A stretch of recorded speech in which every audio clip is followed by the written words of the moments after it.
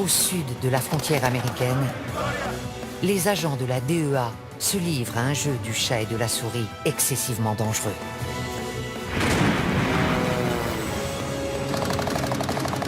Dans toute l'Amérique centrale, ces flics d'élite combattent les cartels. On n'a jamais vu ce genre de bateau. Le flot de cocaïne d'inonder le marché nord-américain. Il y en a une sacrée quantité. Il en sort de partout. Face à eux, un ennemi ingénieux et brutal. Il a avalé 100 boulettes, l'équivalent d'1 kilo. Des milliards de dollars sont en jeu. La vache. Ça fait un paquet de blé. Allez-y, nettoyez le secteur. Bon sang. Découvrez les coulisses d'une guerre dont tout le monde a entendu parler, Le voilà. mais dont peu connaissent la réalité. Vous ne nous dites pas la vérité. C'est lui avec le bébé. Nom de Dieu. Oh, bon sang.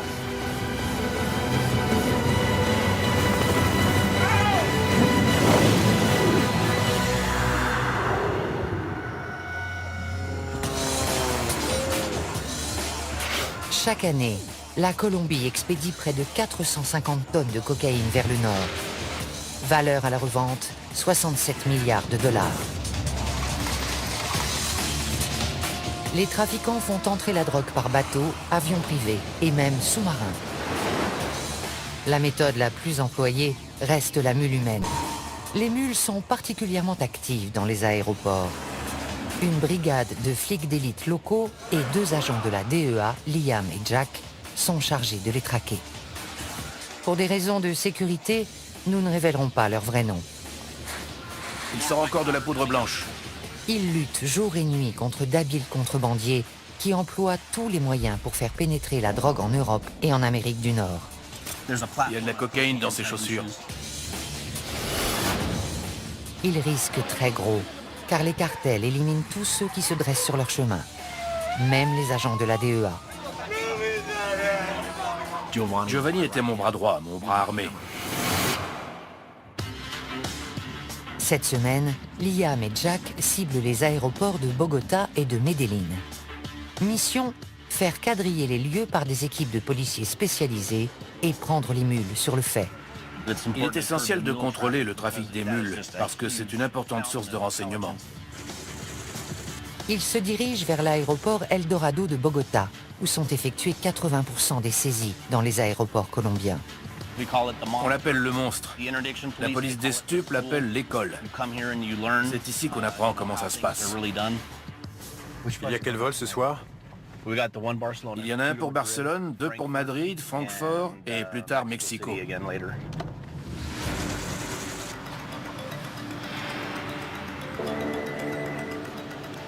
Allô? Ok, t'es où? On est en train d'arriver. Salut. Un chien a repéré un sac suspect et la police a isolé un ressortissant italien et ses bagages dans une zone sécurisée. Ils sont sûrs qu'il y a de la coke dedans, alors ils les ont mis sous clé.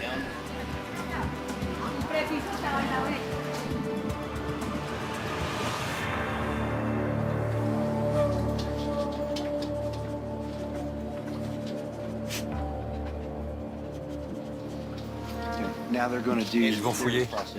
D'où il vient? Il est italien. Il allait où? Il allait à...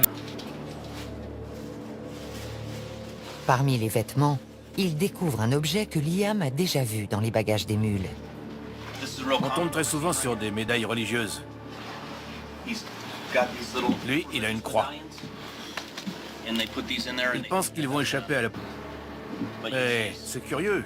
C'est pas le genre de choses qu'on jette au fond d'une valise. C'est une protection? Pour que Dieu veille sur moi pendant le voyage. J'allais être avec ma petite amie.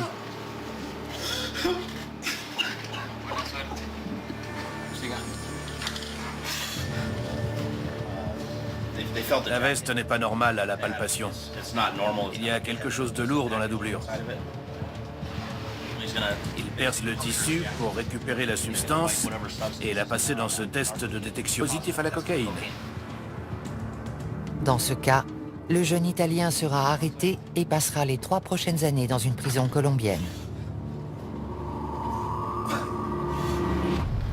Voilà. Test positif à la cocaïne.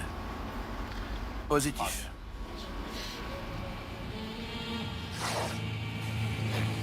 L'odeur mordante de la cocaïne passe difficilement inaperçue. Les contrebandiers ne manquent pas d'astuces pour tenter de la dissimuler.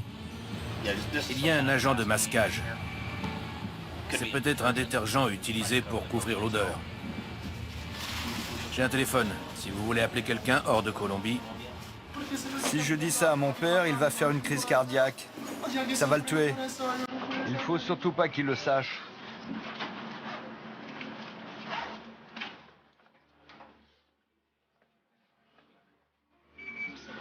Je suis arrivé en Colombie le mois dernier avec ma petite amie. Elle est enceinte.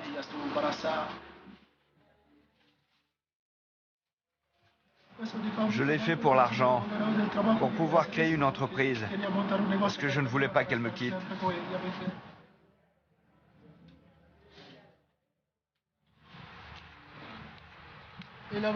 C'est elle qui avait organisé cette folie. Elle voulait qu'on passe notre vie ensemble. la tendance est aux ressortissants étrangers en Colombie.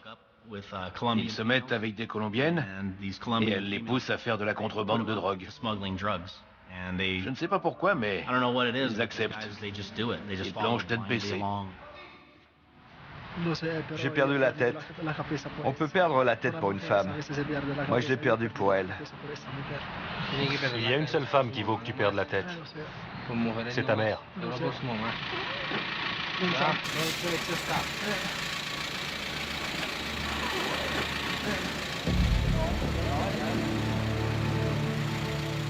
Le boulot de Liam et de Jack ne se résume pas à arrêter des mules. Leur objectif principal est de les suivre jusqu'à la source. Au revoir. La mule est tout en bas de la pyramide. Au-dessus, il y a le recruteur. Du recruteur, on peut remonter à l'emballeur. Il y a les expéditeurs colombiens et il y a un destinataire. Et puis il y a le boss. On essaie de démanteler toute la chaîne. Près de l'aéroport de Medellín, les trafiquants nous ont accordé le rare privilège de pénétrer dans leur monde. Ces gens sont ceux que Liam souhaite coffrer à tout prix. Cet homme, que nous appellerons Carlos, est un spécialiste, un emballeur dans le jargon du narcotrafic. On ouvre le lecteur de DVD, il y a plein de à l'intérieur. Je peux mettre quelque chose ici, ici et ici. Il est fier de son travail, mais il le fait rarement au public. Regardez. On dirait un câble de DVD tout à fait normal. Cette activité peut lui rapporter jusqu'à 11 000 $ par mois. Je gagne beaucoup plus que n'importe quel salarié. Je gagne en un mois ce qu'une personne normale gagne en un an. Carlos ne pourra jamais quitter le cartel, même s'il le souhaitait. Il en sait beaucoup trop. Tu bosses ou t'es mort. Il n'y a que 2 options. Tu les connais, tu sais comment ils travaillent, comment ils expédient la drogue. Ce serait très difficile de les lâcher. Tu fais ton boulot et tu la fermes, c'est mieux.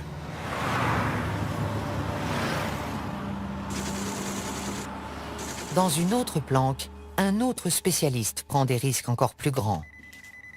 C'est une mule que nous nommerons José. Allô? Comment tu vas? Au bout du fil, le boss de José. Il veut savoir si la coke est prête à partir. Oui, ils viennent d'arriver. Marty a envoyé des chocolats.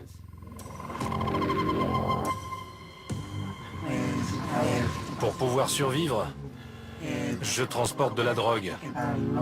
Je la transporte par avion, dans mon jean.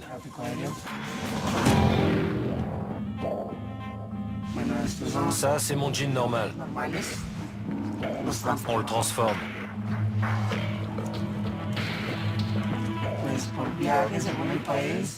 Je gagne entre 8 000 et 9 000 $ par voyage. J'ai toujours peur. Je regarde tout le temps dans mon dos.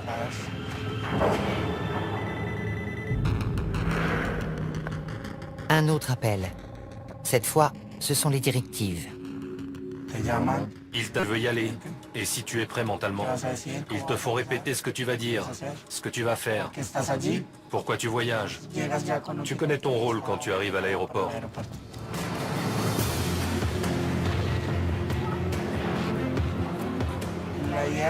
Le but, j'essaye de beaucoup parler avec les préposés qui s'occupent de moi, parce qu'ils observent ton attitude et ta personnalité.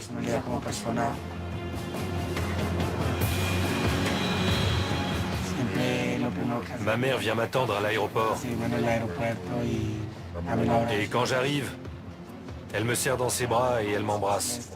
Ce n'est pas facile pour elle. Ce n'est pas normal. Ma mère est une femme bien.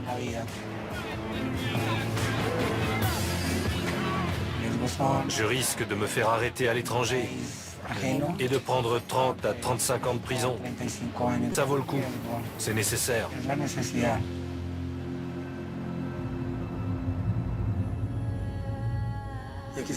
Je le fais pour ma mère, pour mon frère, pour mes études.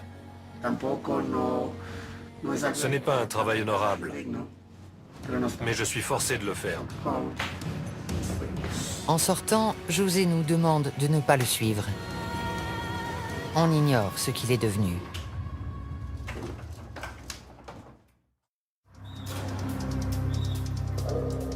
Au terminal de fret de l'aéroport de Bogota, les agents de la DEA et leurs collègues colombiens viennent de découvrir de la cocaïne dissimulée dans un colis d'aspect anodin. L'imagination n'a pas de limite.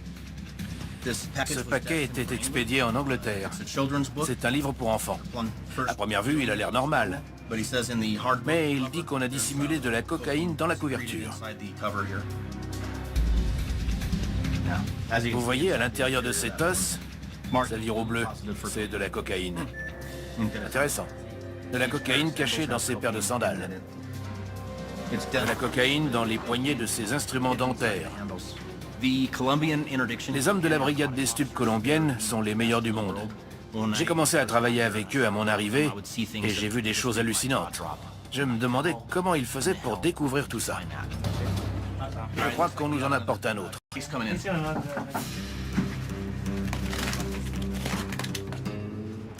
C'est un carton de déodorant à billes à destination de l'Espagne. Et les flics étaient soupçonneux. Je suis d'accord, ça n'a pas de sens. Je pense qu'il y a un petit réservoir ici contenant du vrai déodorant et un double fond dessous rempli de cocaïne liquide. Je vais passer pour un crétin si je me trompe. Mais d'après mon expérience, je dois être dans le vrai. Perce un petit trou ici. Liquide.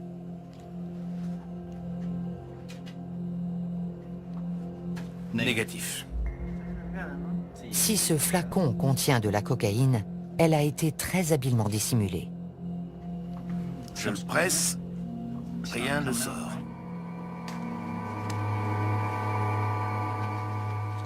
Bleu, positif, cocaïne. Il y a bien de la cocaïne, comme je l'avais dit. Je me sens moins bête. C'est de la cocaïne liquide. Encore un point pour les flics. J'aime la chasse.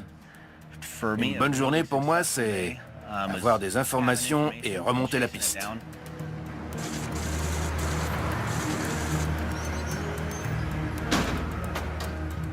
Dans l'après-midi, les hommes contrôlent des manifestes d'expédition. Ils cherchent des informations qui leur permettraient de remonter la chaîne jusqu'au chef de réseau. Il y a environ 3,5 tonnes de fret. Il suffirait d'un indice pour nous aiguiller. Ça part au Costa Rica. Il y a un nom et des numéros de téléphone. Je vais tout rentrer dans la base de données. À l'étage des départs, les policiers cherchent d'autres mules voyageant sur le vol de Madrid. Plusieurs indices nous mettent sur la voie. En général, quelqu'un qui a avalé de la drogue est très pâle. Il est mal à l'aise, il transpire. Il peut même avoir une petite croûte blanche sur les lèvres. Ceux qui s'en font une ceinture restent loin des autres. Les passagers qui montrent ces signes révélateurs ou qui paraissent simplement nerveux passent dans ce scanner corporel de dernière génération. C'est un appareil à rayons X qui radiographie les organes internes pour voir si la personne a avalé des capsules d'héroïne ou de cocaïne. Un Italien traverse le portique sans problème.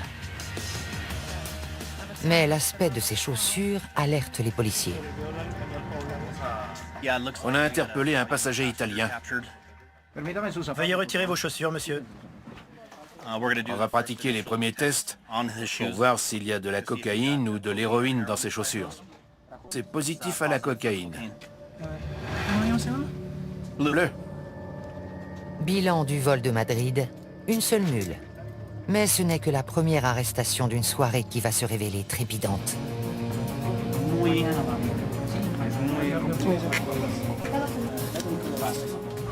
Il pèse très lourd. Trop lourd. Un petit échantillon? Voilà. Cocaïne. Il y a de la cocaïne liquide dans ce jean. On voit de la cocaïne liquide au quotidien depuis environ 1 an et demi. On en saisit beaucoup parce que c'est facile à dissimuler. Quand une méthode marche, ils s'en servent jusqu'à ce qu'elle ne marche plus, et là ils changent. Parmi les nouvelles techniques, les vêtements imbibés de coke liquide. Il les trempe dedans, comme pour faire la couleur qui ressort est caractéristique de la cocaïne.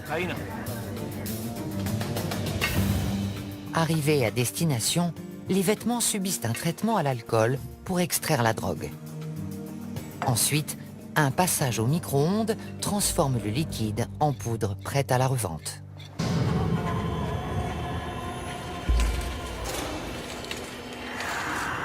Toutes les formes de contrebande sont risquées, mais la méthode la plus dangereuse est celle des bouletteux. Liam et le major Delgado de la police colombienne répondent à un appel. Une mule qui avait ingéré 40 boulettes a été arrêtée. Cette fois, il ne s'agit pas de cocaïne, mais d'héroïne. Si elle se répand dans l'organisme, elle tue encore plus vite que la coke. Nous sommes à l'hôpital Anguattiloa. Cette femme a été prise ce matin. Comme vous le voyez, il y a plusieurs boulettes. Le test préliminaire s'est révélé positif à l'héroïne. Normalement, un policier accompagne la personne aux toilettes et la regarde expulser les capsules.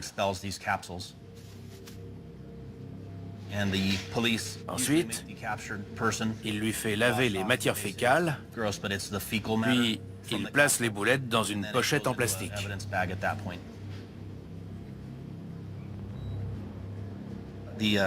La femme dit qu'elle a avalé 40 capsules. Jusqu'à présent, elle en a expulsé 36. Il en reste 4. Elle espère qu'elle va les expulser bientôt, parce qu'elle craint pour sa vie. Malheureusement, sa vie n'est pas seule en jeu. Elle est enceinte. J'étais obligée de le faire. Je suis au chômage et j'ai besoin d'argent pour nourrir mes enfants. J'ai honte. Je viens d'une bonne famille. Il ne pouvait rien arriver de pire. J'ai déshonoré mon nom. Les miens vont me rejeter. Je sais qu'une longue route m'attend. Je m'inquiète pour mes enfants. J'ai fait ça pour eux. Liam a entendu des centaines d'histoires tragiques, de mauvaises décisions prises pour de l'argent facile. Ils peuvent se faire beaucoup d'argent. S'ils réfléchissent à court terme, ils trouvent que ça vaut la peine. Ils pensent qu'ils ne se feront pas arrêter. Mais on les prend à tous les coups. Ça ne vaut pas la peine. Ils peuvent y laisser la liberté ou même la vie. Mais pour ceux qui les emploient, les bouletteux ne valent que le produit qu'ils transportent. Pour préparer la cocaïne à être ingérée, elle doit être emballée dans des capsules de préservatifs.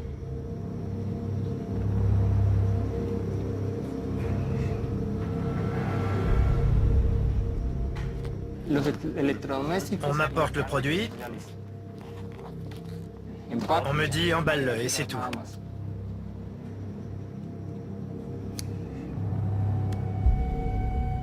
Je ne sais pas qui le transporte.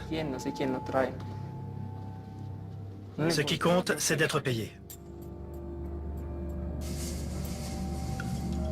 Une fois le kilo en boulettes, on engage une mule qui les avalera pour le transport.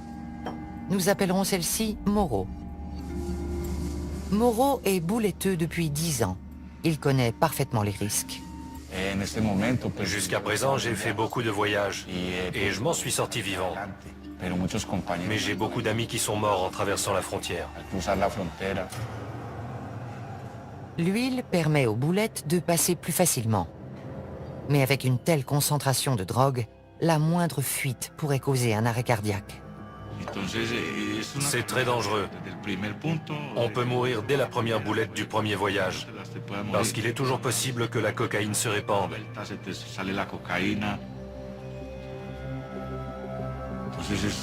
C'est le métier de la mort. Quand on part, on ne sait jamais si on va arriver en vie. Ça me terrifie. Vraiment. Les horreurs du narcotrafic ne se limitent pas aux mules.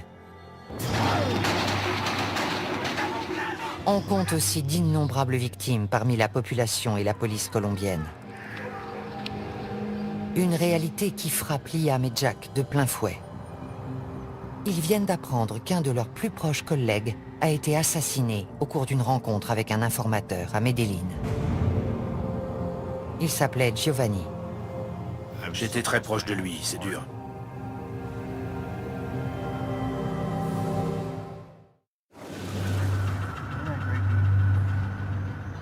Liam et Jack se rendent à Medellín, où ils comptent investir l'aéroport pour la seconde phase de leur opération coup de filet.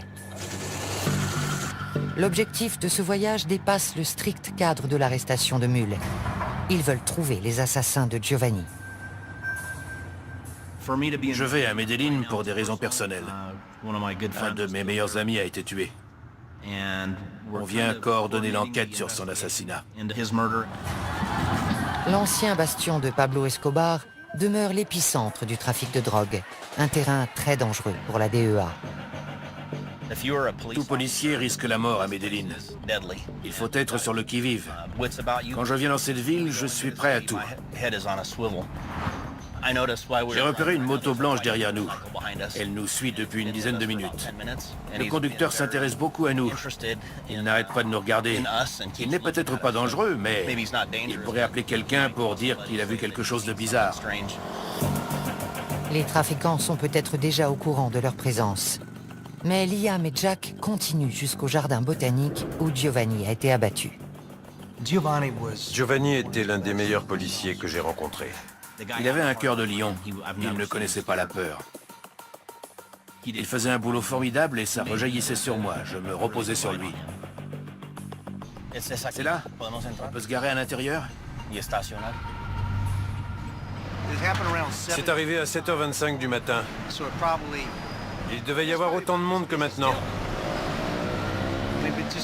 Faut être vraiment gonflé pour faire ça en plein jour. Giovanni croyait avoir rendez-vous avec un informateur quand il a été tué de sang-froid devant des centaines de personnes. D'après les preuves matérielles et les photos de la scène de crime, le véhicule de nos hommes était garé dans ce sens. Le conducteur et le passager à l'avant, personne derrière. 2 tueurs se sont approchés par les côtés. L'un du côté du conducteur, l'autre du passager. Ils ont ouvert le feu. L'un d'eux est arrivé à la hauteur de la portière passager.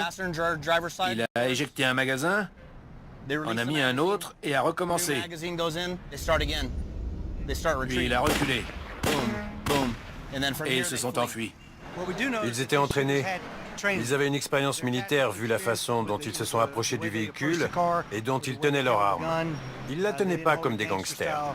C'était pas leur premier assassinat.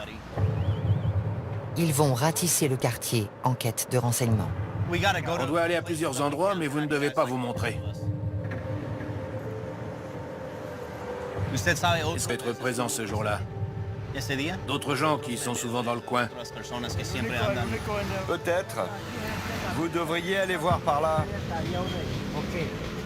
Est-ce que la police a demandé la vidéo de surveillance? C'était là. L'homme à qui il parle a une vue parfaite sur la scène de crime. Mais il prenait sa douche au moment clé. Personne ne sait quoi que ce soit sur l'assassinat. Il y avait des yeux partout, mais personne n'a rien vu. Pour nous, cela signifie que la Oficina contrôle le quartier. La Oficina de Envigado est un syndicat de tueurs à gages, le groupe le plus meurtrier de Colombie. La Oficina a toujours été un élément criminel violent. Ils sont furieux parce qu'on a arrêté quelques chefs haut placés et je suis sûr qu'ils seraient ravis de tuer ou de blesser un membre de la DEA. Malheureusement, notre mini-quadrillage n'a pas donné grand-chose. Le pompiste travaillait ce matin-là. Il a entendu les tirs, mais il n'a rien vu. Le portail était ouvert, mais nos hommes ne sont pas entrés. Ils se sont garés là. Ça me paraît bizarre, parce qu'ici c'est un trottoir. Pourquoi n'ont-ils pas été plus loin pour libérer le passage? C'est une rue complètement dégagée et très fréquentée. Drôle d'endroit pour une fusillade. Je crois que la Oficina voulait que l'assassinat soit public. Elle voulait envoyer un message. Il y a sans doute eu des centaines de témoins, mais personne ne parle. Le quartier est sous leur coupe. Les gens ont peur de parler. Imaginez que vous vivez à Chicago et qu'une organisation criminelle et ses commandos de tueurs sont implantés dans votre quartier. Vous n'iriez pas parler d'eux. Regardez en haut des collines. C'est un bassin de recrutement de trafiquants et d'hommes de main. Il y a aussi des tas de gens honnêtes, mais c'est là qu'ils recrutent. La Oficina croit pouvoir opérer impunément dans ce secteur. C'est très difficile pour la police quand personne ne veut coopérer avec elle contre les voyous qui infestent la ville et qui tuent des innocents et des policiers compétents qui font de leur mieux.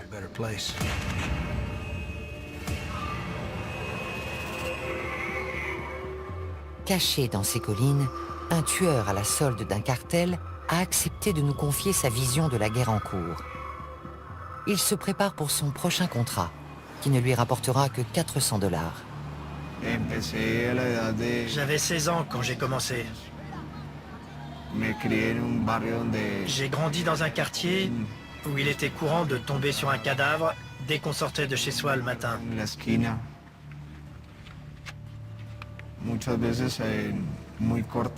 Quand on est très jeune, l'esprit assimile ce genre de choses.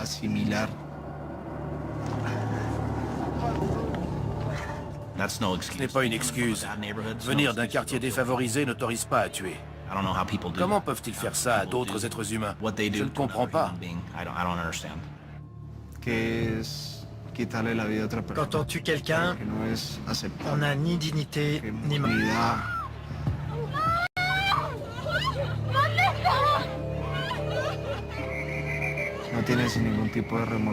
On n'éprouve aucun remords. On ne se sent pas coupable. Et chaque fois, c'est plus facile. On devient plus impitoyable. Je suis un instrument. Une marionnette entre les mains de gens puissants. Ils se servent de moi pour imposer leurs lois à tout prix.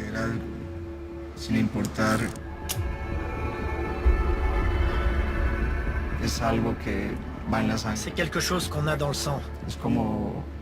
Comme un fil dans un tissu. Quand on commence à tirer dessus, on ne s'arrête plus. Il n'y a pas de compassion.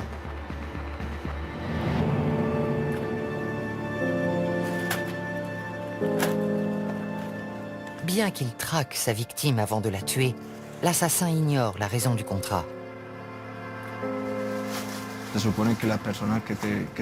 On suppose que la personne qu'on va éliminer n'est plus utile au groupe. Ou que c'est simplement un innocent qui en sait trop.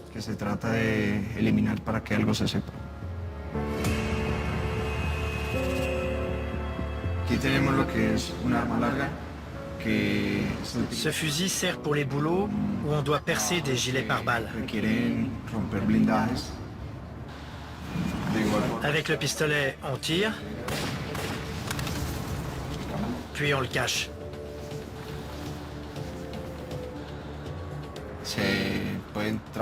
On peut enduire les balles de poison.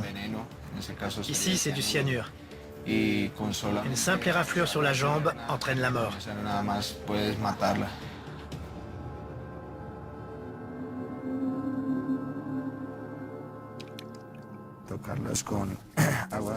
On lave les balles à l'eau bénite et on récite la prière de l'assassin. Que la divine fortune guide ces balles sacrées pour qu'elles donnent la mort sans faillir. Que cette mort soit sans violence, que la victime ne souffre pas. Amen.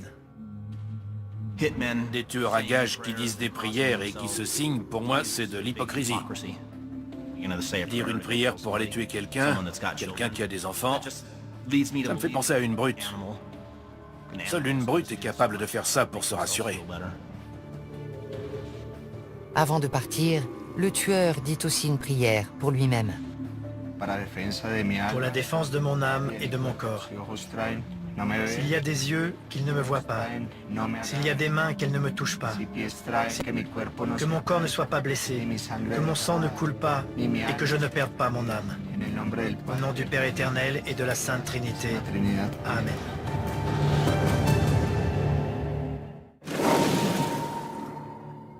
L'opération Coup de filet se poursuit toute la semaine à l'aéroport de Medellín. Une suspecte est dirigée vers le scanner corporel. Les rayons X montrent des images très bizarres, de taille et de forme identiques. Ce n'est pas normal pour des organes internes. C'est la première fois que je vois ça et j'ai vu des milliers de scans corporels. On dirait des entrailles d'extraterrestres. C'est très étrange. Une heure plus tard, Liam et Jack se rendent aux urgences pour prendre des nouvelles de la jeune femme, dont la vie est en danger. Elle a avalé 42 capsules. C'est de la cocaïne? De la cocaïne liquide, apparemment. Les capsules n'ont pas été emballées par un spécialiste. Elles sont pleines de poches d'air. Mortel. J'ai rarement vu des boulettes aussi mal faites. Elles sont pleines d'air, c'est dément. J'ai jamais vu ça. Normalement, on retire l'air parce que la température interne le dilate. J'espère qu'elle va les expulser, sinon il y a de fortes chances pour que ça se passe mal. Les poches d'air sont très dangereuses pour elle. Si l'air se dilate, les capsules explosent et elle mourra. Son organisme sera inondé de cocaïne liquide, elle fera un arrêt cardiaque et elle mourra très vite. Un chimiste de la police colombienne vient analyser le liquide contenu dans les boulettes. Plus la drogue est pure, plus le risque de décès est élevé. Vous avez déjà fait des tests sur ce genre de liquide? Oui. C'est nouveau pour moi. C'est la première fois que je le vois faire. Il utilise d'abord ces deux flacons. Ça devrait apparaître en jaune laiteux.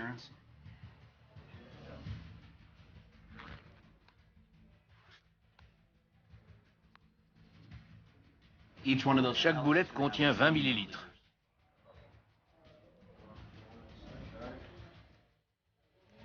C'est présumé positif à la cocaïne.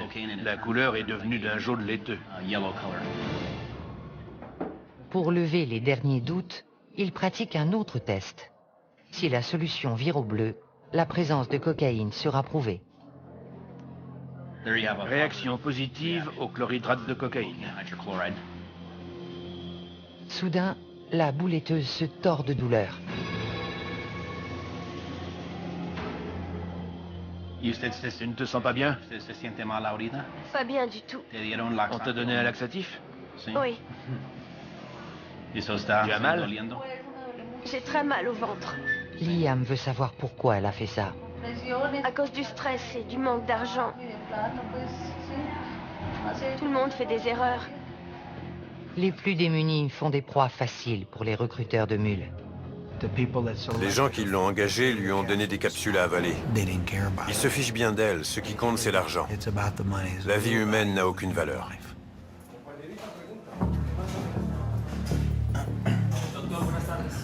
Qu'est-ce qui se passerait si l'une d'elles s'ouvrait? Il faudrait pratiquer une opération à haut risque. Je vois. Vous pensez qu'elle va les garder longtemps dans l'estomac? Non. Plusieurs jours, ce serait extrêmement dangereux. Si c'est quelques heures, les chances de survie sont meilleures. Le médecin est inquiet. Il va peut-être devoir opérer la jeune femme pour extraire les capsules sur le point d'exploser. Mais si ça dure plus de 48 heures, je devrais intervenir? Sans doute.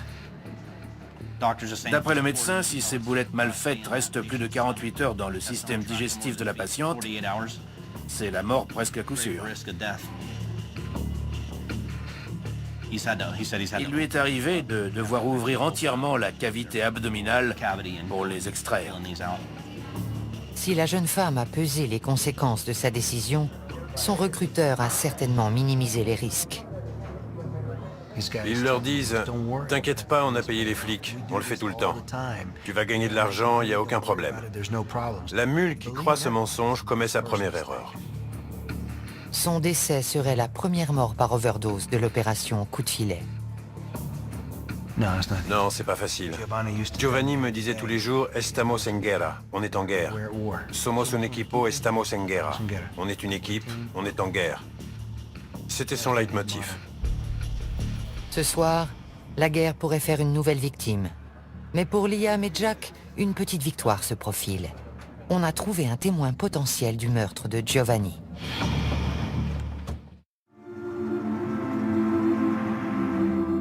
Avant d'entamer une journée chargée, les deux agents passent prendre des nouvelles de la jeune bouletteuse. On fait juste un saut à l'hôpital pour voir comment elle va.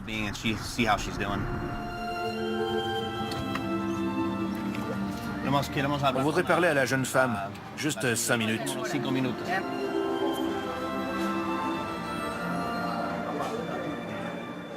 Je crois qu'elle est aux toilettes. Elle a expulsé la dernière? La dernière est passée. Le lendemain, quand je l'ai vue, j'ai été étonné qu'elle ait passé la nuit. Les formalités de sortie vont prendre une demi-heure. Ensuite, ils l'emmèneront en comparution initiale, puis en cellule. Et elle a survécu. Bonjour, comment ça va? Bien, beaucoup mieux. J'ai plus mal. Elle a eu beaucoup de chance d'expulser toutes les boulettes. Elle est complètement remise. Liam et Jack tentent d'en savoir plus sur la personne qui l'a engagée. Mais elle maintient qu'elle a agi seule. Elle dit qu'elle est seule en cause. Je ne la crois pas. Je ne crois pas qu'elle avait les fonds pour acheter de la cocaïne et prendre l'avion pour le Honduras en espérant trouver un acheteur sur place. Elle protège quelqu'un, sûrement un membre de sa famille. Bonne chance et merci beaucoup. Merci. Vous avez été très gentils. Et vous avez des beaux yeux tous les deux. Le soulagement est général. La jeune femme n'a pas payé sa mauvaise décision au prix fort, mais plusieurs années de détention l'attendent. Elle va faire de la prison, c'est triste. Elle sera peut-être un peu moins heureuse, mais un peu plus avisée.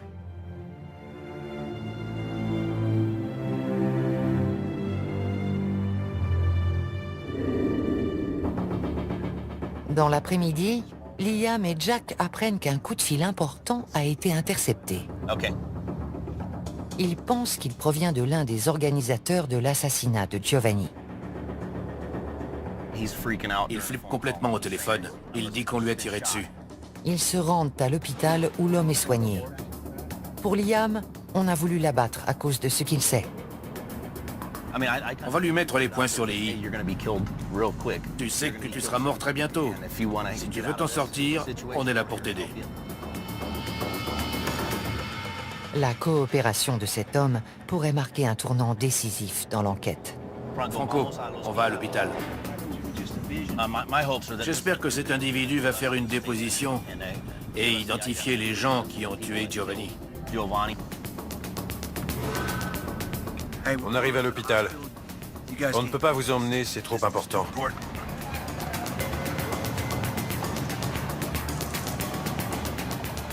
On voudrait l'interroger. Il vient d'être blessé. Espérons que ça lui a ouvert les yeux et qu'il nous donnera des informations sur les tireurs. S'il capture le responsable de l'assassinat de Giovanni, c'est tout un réseau de tueurs qui pourrait tomber. Ils ressortent une trentaine de minutes plus tard, plus tôt que prévu.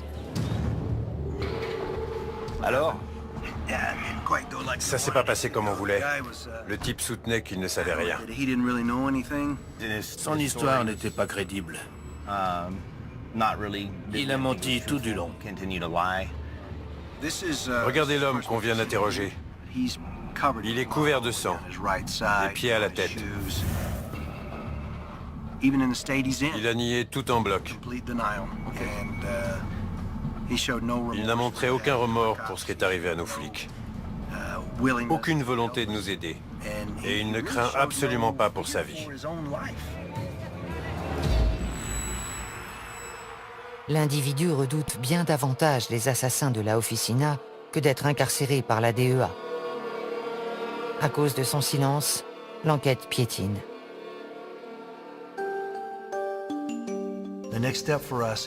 La prochaine étape consiste à demander un mandat d'arrêt pour cette personne. Qu'on le mette au moins derrière les barreaux, où on pourra le protéger. Car il est notre suspect principal, mais aussi notre témoin principal. On emploie toutes les méthodes d'investigation possibles.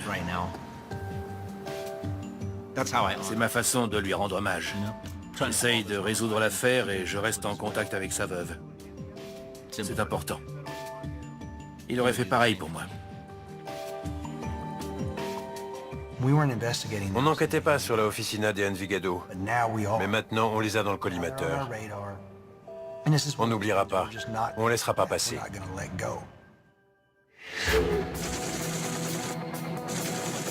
L'opération coup de filet s'achève. Ce soir, Liam et Jack donnent une conférence de presse sur une saisie d'une importance considérable. 30 kilos de cocaïne liquide.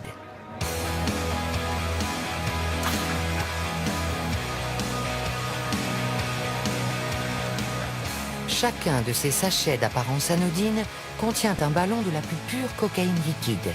Elle a été dissimulée avec art, mais c'est le boulot de la DEA. Vous avez essayé de ce côté? Non, je le sens au toucher. Pas à l'odeur. Ils sentent rien, mais eux, ils ont reniflé plus de cocaïne que moi. Si vous l'ouvrez normalement et que vous pressez dessus, il sentira de la mayonnaise ou du ketchup. Et vous ne sentirez pas la cocaïne. Mais dès que vous percez le sachet, l'odeur de la cocaïne couvre tout. Celui qui l'a emballé a fait du bon boulot pour la masquer. C'est une bonne méthode de contrebande. On a tout vu ici, dans le pantalon, les vêtements imbibés. Leur imagination en matière de cachette n'a pas de borne. Cette saisie est une victoire pour la DEA et ses collègues colombiens. Et alors même qu'ils se réjouissent, les trafiquants échafaudent de nouveaux plans et expédient des tonnes de drogue vers l'Amérique du Nord. On nous demande si ça vaut la peine, si on change quelque chose. Il n'y a pas de doute. On est efficace. La présence de la DEA en Colombie a réduit le trafic de drogue. Depuis mon arrivée, la sécurité publique s'est améliorée. L'économie et la population s'en trouvent mieux. Soldats dans une guerre d'une violence inouïe, confrontés à la puissance de milliards de dollars, Liam et Jack poursuivent le combat.